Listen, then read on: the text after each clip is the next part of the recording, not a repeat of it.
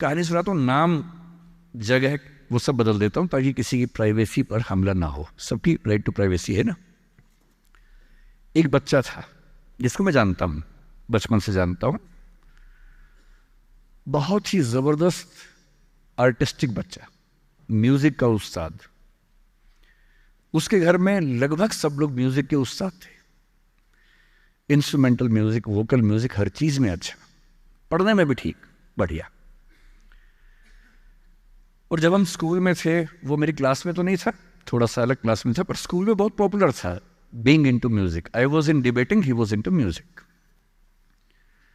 और बाद में उसने हमारा स्कूल छोड़ भी दिया कुछ समय के बाद, फिर वो कहीं और चला गया, फिर हमारा मिलना नहीं हुआ। उस समय ना तो व्हाट्सएप था ना यूट्यूब था, तो बाद में मिलने का स्कोप भी नहीं रहता था। जो एक बार चला गया वो चला ही जाता था उस समय। अब तो बच्चे जिंदगी भर दोस्त रहते। फिर जब मैं दिल्ली यूनिवर्सिटी में आ गया, ग्रेजुएशन कर चुका था, उसके बाद अचानक मुझे एक बचपन का दोस्त मिला जिसने मुझे एक इंटरेस्टिंग क्या, डेवास्टेटिंग बात बताई। तो बात चल रही थी कि स्कूल के दोस्त कहाँ कहाँ हैं, क्या कर रहे हैं। तो बातों बातों में उसका जिक्र भी आया। तो मैंने बड़ी उम्मीद से पूछा, मैंने कहा वो तो बॉम्बे चला गया होगा, फिल्म इंडस्ट्री में चला गया होगा। तो मेरे दोस्त ने पूछा कि तुम्हें नहीं पता उसके बारे में? मैंने कहा नहीं। उसने कहा यार वो जेल में है, and he was one of the most creative students of our school. मैंने कहा जेल में क्यों है? बोले सच में नहीं पता। मैंने कहा सच में नहीं पता मुझे। बोले वो ग्रेजुएशन करने के लिए जब गया तो पता नहीं क्या हुआ, उसकी थोड़ी संगति खराब हो गई, बैड कंपनी जिसको हम बोलते हैं, जो इस उम्र में अच्छी लगती है, वही वाली। तो कॉलेज लाइफ में थोड़ी बहुत बैड कंपनी सबकी होती ही है, हल्की फुल्की होती है, एक सामान्य बात है। अच्छा, बच्चा बच्चा ना रहे ये भी तो अच्छी बात नहीं है ना, थोड़ा बचपन तो जीना भी चाहिए, थोड़ा शरारतें करनी भी चाहिए।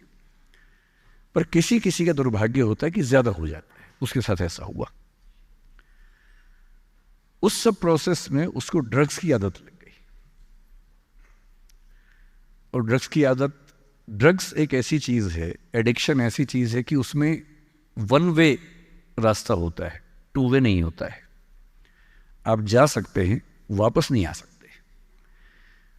मतलब 1000 लोग जाएंगे तो उनमें से एक आध वापस आएगा, वो भी इतने मुश्किलों से जो ऑलमोस्ट इम्पॉसिबल है। I have seen many such cases. Social welfare department से मेरे कई दोस्त ऑफिसर्स हैं, तो मैं उनसे जब पूछता हूँ बताते हैं, मैंने ऐसे लोगों को देखा है 10-10 साल से स्ट्रगल कर रहे हैं एडिक्शन से बाहर आने के, नहीं आ पा रहे, खत्म हो गए हैं। उस बच्चे को ड्रग्स की आदत पड़ गई कॉलेज में जाके, पेरेंट्स को पता ही नहीं था।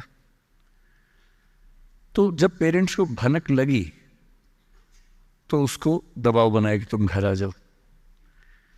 अब वो जिस कंपनी में था, दोस्तों वाली कंपनी में, वहाँ अब ड्रग्स बहुत महंगे होते थे, पैसे घर से बहुत कम आते थे, जितने पैसे एक मिडिल क्लास फैमिली दे सकती है।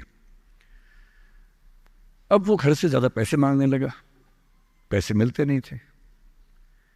उसको अपने ही घर के लोगों पर गुस्सा आने लगा। तो एक बार वो अपने घर आया हुआ था छुट्टियों में, और वहाँ भी वो कुछ कुछ करता रहता था।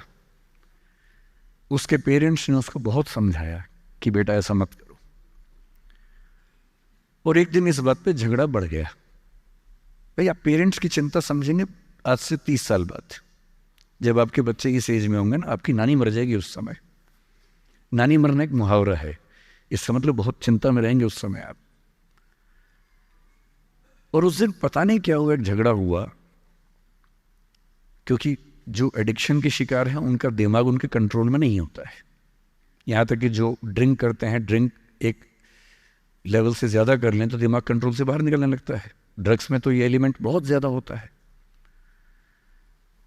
और आधी रात को उसने क्या किया, उसने अपनी फैमिली के 5 लोगों का मर्डर कर दिया।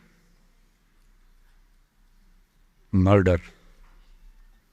उसने खाने में जहर मिलाया, लगभग सब लोग उससे मर गए।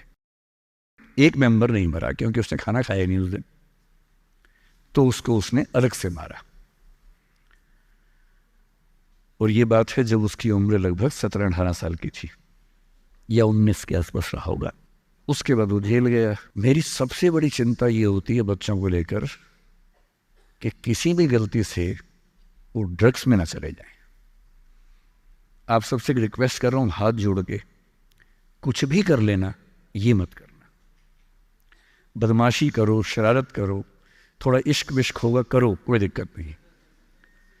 किसी को चीट मत करना, ड्रग्स में मत जाना,